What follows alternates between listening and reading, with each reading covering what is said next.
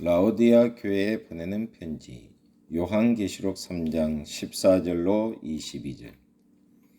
풍부한 물질적 부만을 하나님의 축복으로 이해하고 영적 교만에 처해 있던 라오디아 교회 17절에 대해 주님은 이 교회가 기대하고 있던 것과는 달리 7교회 중 유일하게 책망만을 가하신다.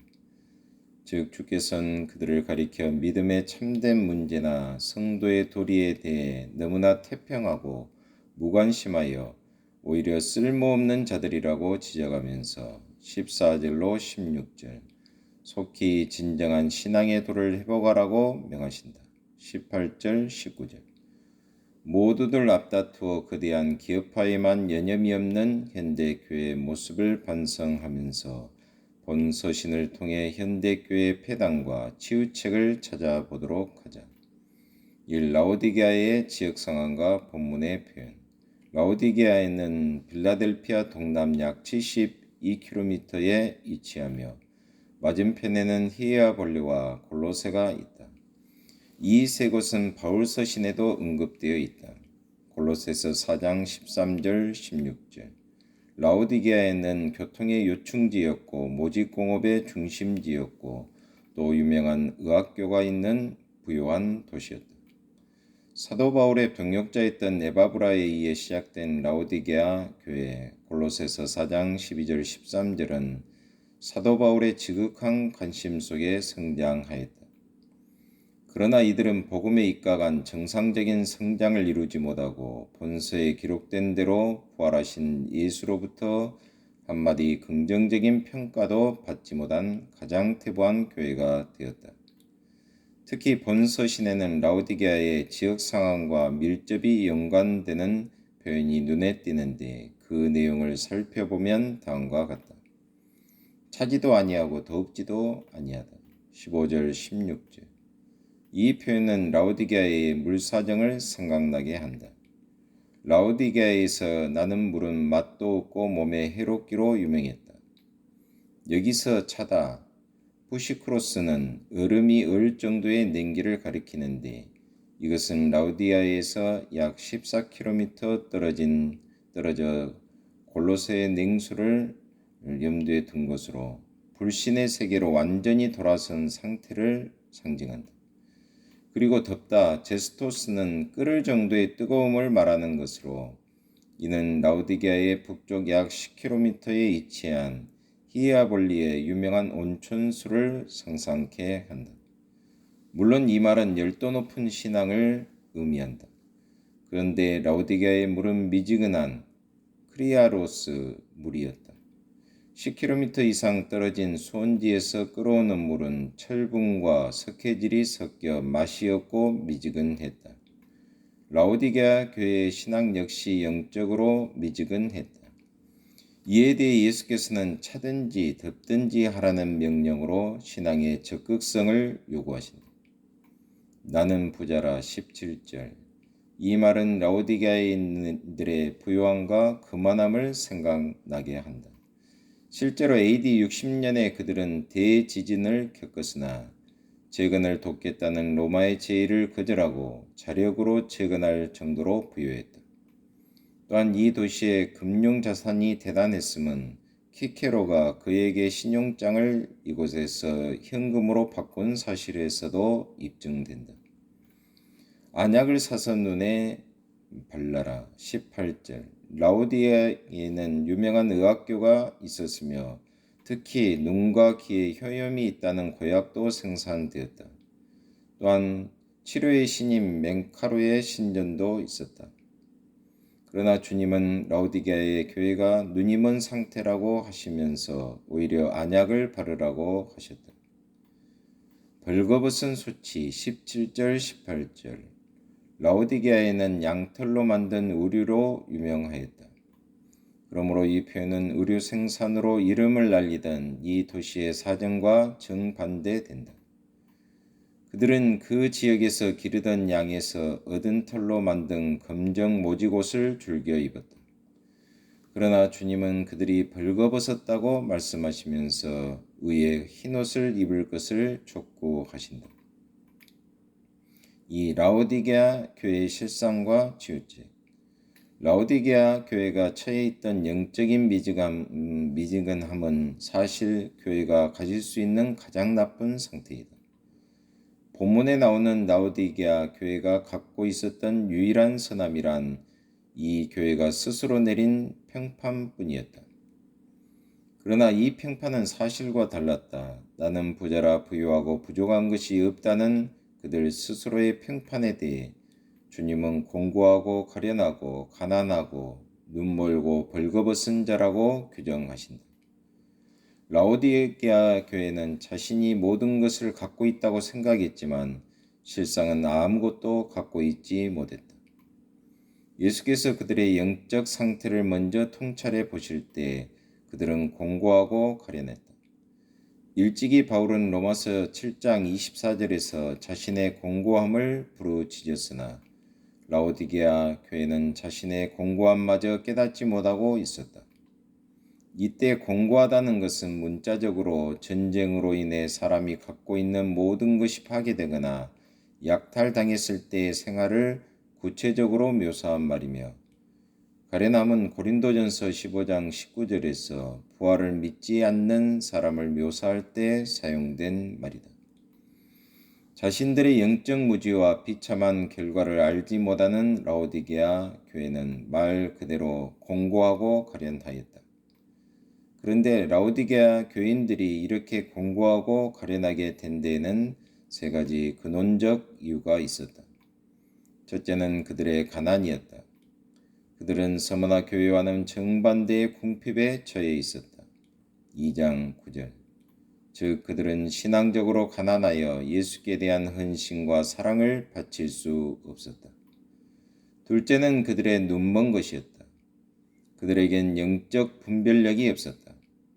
때문에 그들은 자신들의 영적 빈곤을 제대로 보지 못했다. 로마서 1장 21절로 23절.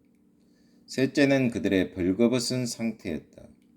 제 아무리 화려한 옷을 걸치고 있다 하더라도 예수의 눈앞에서는 그 사람의 인격과 행적이 적나라하게 드러나게 된다. 즉 그들은 도덕적 영적 부패로 인하여 자신들의 이선되고 더러운 모습이 완전히 노출되게 된 것이다. 그들에겐 영적 추태를 가리울 그리스도의 의의 옷이 없는 것이다. 이렇게 영적으로 절박한 생활에 놓여 있는 라오디게아 교인들에게 예수께서는 다음과 같은 세 가지 치료법을 제공하신다. 18절. 첫째 치료법은 불로 연단한 금이다. 이 금은 베드로전서 1장 7절에 의하면 믿음이다. 믿음은 그리스도에게서 오는 것이다. 이 믿음을 가진 자만이 참 부자, 신령한 부자가 될 수 있다. 둘째 치료법은 흰옷이다. 이 흰옷은 의의 옷, 곧 사죄를 받고 의롭다 하심을 받은 자의 모습이다. 우리 의의 기본은 예수 그리스도의 속죄이다. 영적으로 벌거벗은 수치를 가리기 위해서는 라오디게아의 검은 광택나는 양모가 아니라 인간의 모든 죄와 허물을 덮으시는 예수 그리스도의 은혜와 속죄의 흰옷이 필요하다. 마지막 치료법은 안약이다. 이 약은 영계를 바라볼 수 있는 성령의 전망력과 판단력이다. 골로새서 1장 27절. 예수 그리스도만이 우리의 제약된 현실을 바로 깨닫게 하시며 또한 죄로 어두워진 우리의 눈을 여실 수 있다.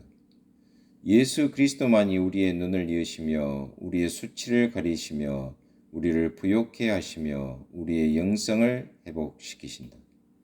곧 예수 그리스도는 교회의 영적 침체와 마비된 상황에 예수 그리스도 자신을 치유책으로 소개하고 있는 것이다. 그러나 예수는 라오디게아 교회의 이 치유법들을 사라고 권하고 있다. 18절.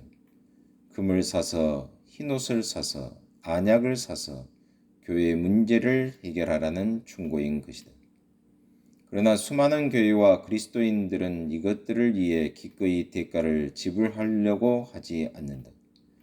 그것은 그들이 그리스도께서 얼마나 소중한가를 보지 못하기 때문이다. 그러나 그리스도의 귀함과 가치를 제대로 깨닫는 사람들은 빌립보서 3장 8절에서 사도 바울이 고백한 것처럼 주를 위하여 모든 것을 잃어버리고 배설물로 여기고 그리스도를 얻으려 할 것이다. 바울은 그리스도를 얻기에 자기가 가진 것을 모두 값으로 치렀다. 이제 예수 그리스도는 부요하다고 자처하나 실상은 가련하고 공고하며 헐벗은 라오디게아 교회에게 예수 그리스도 자신을 사라고 명령하고 계시다. 그리고 그리스도께서는 오늘의 성도들에게 라오디게아 교인들에게 내리셨던 것과 동일한 명령을 주고 계신다. 3. 교회와 죄인을 향한 초청 메시지. 라오디게아 사람들은 자기 자신에 대한 스스로의 의견을 갖고 있었다.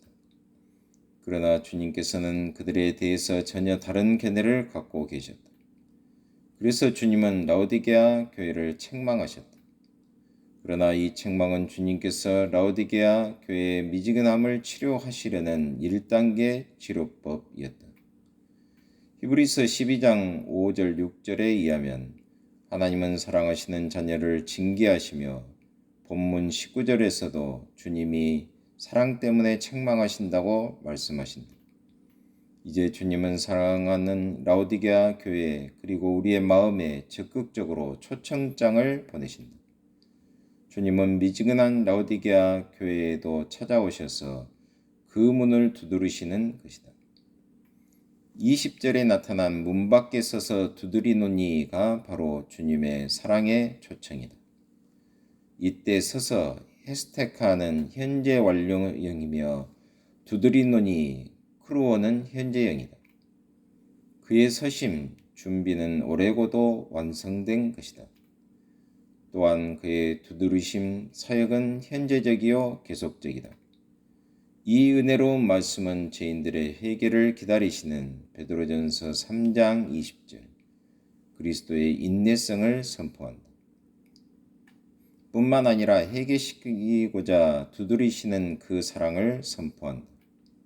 사실은 문이신 요한복음 10장 7절 그의 앞에 우리가 서야 하는데 또 명령하신 대로 마태복음 7장 7절 누가복음 11장 9절 우리가 두드려야 하는데 오히려 그분이 우리 문 앞에 서신 것이다. 이제 우리는 연약하고 궁핍한 인간들을 찾아오셔서 더불어 친교하기를 원하시는 주님의 초청에 응하기만 하면 된다. 누구든지 마음의 문을 열기만 하면 주님은 그와 더불어 풍성한 식탁과 격이 없는 친교를 나누신다.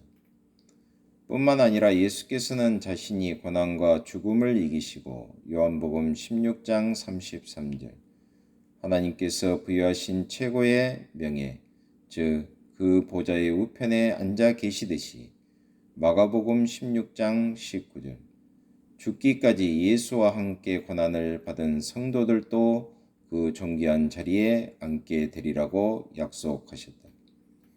이는 분명히 종말론적인 약속으로서 이 땅에서 불의와 맞서며 자신의 영적인 나태로 인하여 날마다 몸부림치는 성도들에게 용기와 인내할 수 있는 근거를 마련해 준다. 하나님, 오늘도 참으로 감사합니다. 선교를 위한 제자 훈련에 참여하게 하심을 참으로 감사합니다. 인내하며 불꽃 같은 믿음으로 하나님의 영광과 복음만을 위해서 오늘도 믿음으로 전진하는 하루가 되게 하여 주옵소서. 예수 그리스도의 이름으로 기도하옵나이다. 아멘.